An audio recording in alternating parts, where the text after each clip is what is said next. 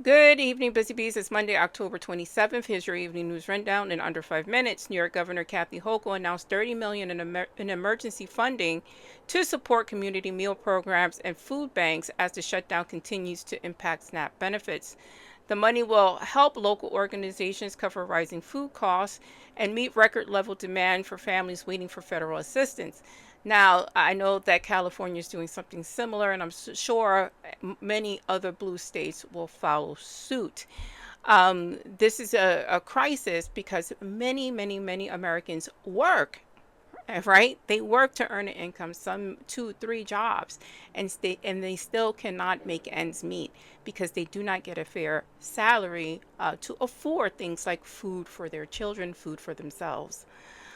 President Donald Trump sparked new speculation about his health after telling a reporter he received an MRI at his last checkup. Now, an MRI is not a routine examination for anyone, including the president. They are either trying to rule out or confirm something that already occurred. Now, there's been speculation in reference to the president's gait as he walks. He zigzags, so that's like spatial recognition, which is a sign of a stroke or someone who's had a stroke. He is aged. He's aged. He's 79, 80 years old. The problem is that is he fit to run the presidency, the office of the presidency? And the answer is no. He was never fit to begin with. He is not qualified, in my opinion. CNN CEO Mark Thompson reportedly met with White House aides and later told anchors to avoid direct attacks on the president. Now, this directive has reignited concerns over CNN's ownership structure and ties to Trump-aligned investors through Warner Brothers and Discovery shareholders.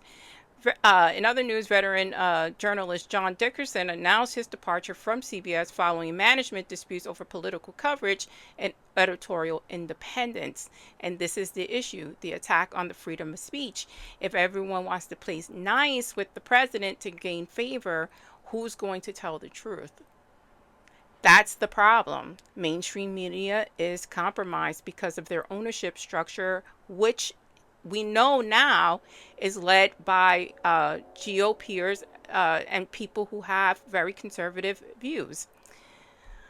The Department of Energy and the National Nuclear Security Administration confirmed that over 2,800 employees across the nuclear research and safety divisions have been furloughed.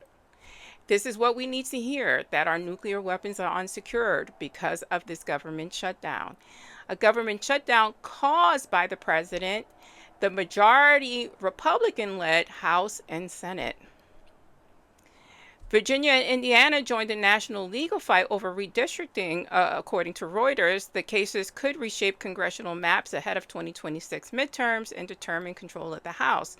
Democrats say Republican maps violate the Voting Rights Act, and that's all in the hands of the Supreme Court that we're still waiting on for their decision in all of this. All of this may come to, I don't know what point in this redistricting fight. This is very scary times, people, but we have to stay vigilant. We have to tell the truth about what's going on.